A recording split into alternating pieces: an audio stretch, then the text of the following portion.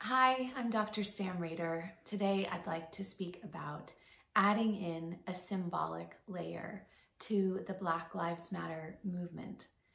So what I mean by a symbolic layer is that as a depth psychologist, I look at what is beyond the surface of things.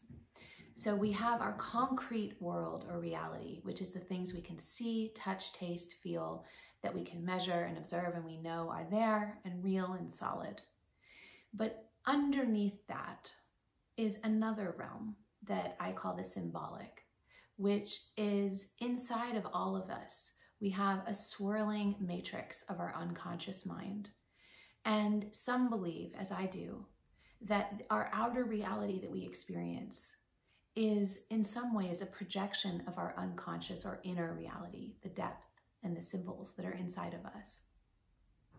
So the things we can do concretely to help with this movement, which I'm sure you guys are all aware of, are things like amplifying people of color's voices on social media, posting about social justice, protesting live in person, signing petitions, donating money, watching entertainment content made by Black and brown people, educating ourselves on anti-racism and white fragility. And if we're white, speaking to our white friends every day if we can about these issues and what we're going to do about them and how we feel about them. So those are the ways that we want to contribute concretely to this issue. And these things that we've been doing concretely are actually really exciting in terms of the progress that's coming from them. So the Huffington Post recently put out an article called "The Black Lives Matter Movement is Working," or the protests are working, and here's proof. I highly suggest Googling and reading this article. There are dozens and dozens of bullet points of things that are changing on massive levels in this world because of the protests. And I believe that, in my opinion, we should try to continue keeping this movement alive as long as we can and engaging in person and on social media to keep the flame going. And this is what I'm addressing in our video today. I would like to suggest that we also take one more approach to this situation, which is taking a look inside of ourselves for what kind of unconscious material we hold within that might be getting expressed on the global level outside of us.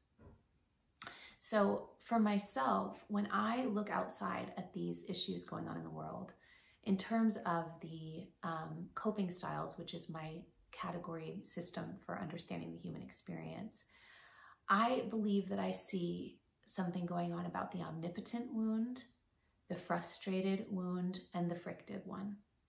So what I'm working on, in addition to the concrete contributions to this movement, is really going inside and looking at these wounds inside of myself and seeing what I can do to heal. So for example, the omnipotent style is about splitting the world into all good and all bad. So it's really that old story that there's a good guy and a bad guy, and we're going to have to try to figure out which one the bad one is and eradicate it.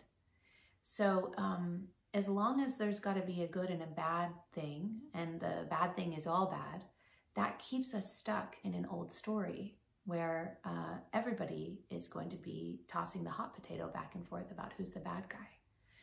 So I'm really taking time to double down on my efforts to work on healing splits inside of myself, in terms of even calling myself bad, or even when I'm telling a story about something that happened, trying to tell it in a way where no one's made to be bad or at fault, even if it's just something really simple. Even if it's something as concrete as, let's say I got in a car accident, someone hit me, I'd be like, someone hit me. It's like, that's kind of making them bad. It's like, wow, well, we were driving and I guess the person didn't see me, and that's a different way of telling the story where no one's bad. So I'm working on my omnipotence. Also the frustrated wound, where there's got to be a fight. There's power struggles and feeling unheard and feeling like you're getting what you don't want. So what I'm making sure is trying to go inside of myself and align with what I do want. I mean, on a global level and also on a personal level, on a very granular level, trying to get clear about what I do want and align with that. because when we are frustrated, we are not clear about what we do want. We're just really upset about getting what we don't want. So the solution is to become empowered and want what we want and get what we want. So I'm putting my attention there. And also, very importantly, on my frictive wound. Now, this is the part of me that as a newborn didn't feel contained or safe or that I existed. So because I didn't exist in any certain way that I could count on, I've had to rub up against things to create a friction, to keep myself feeling tethered to this world and feeling alive.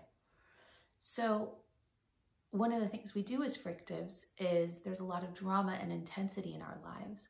And we go, do, think without pause. Now, when I'm sitting at home in quarantine by myself, obsessively scrolling on Instagram, let's say, that's me acting out my frictive wound. And it seems pretty innocuous.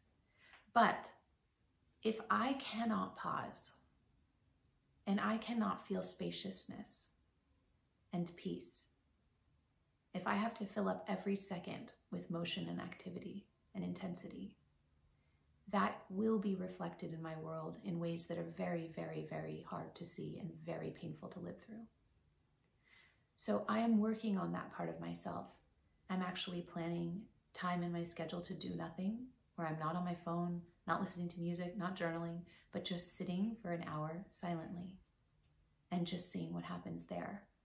Because if we want the world to be different, we've got to be that change that we want to see and embody the new frequency, the new story, the new kind of energy where things are not a fight, no one's all bad, and we can be still and feel peace and feel fullness and well-being. So that's what's on my mind today, and I'm inviting you as my community to think about what parts of your unconscious might be getting reflected in the collective right now.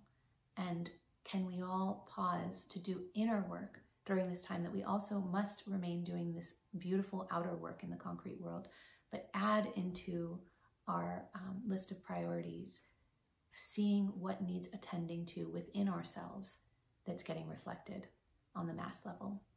Thank you so much for listening. I look forward to hearing your thoughts.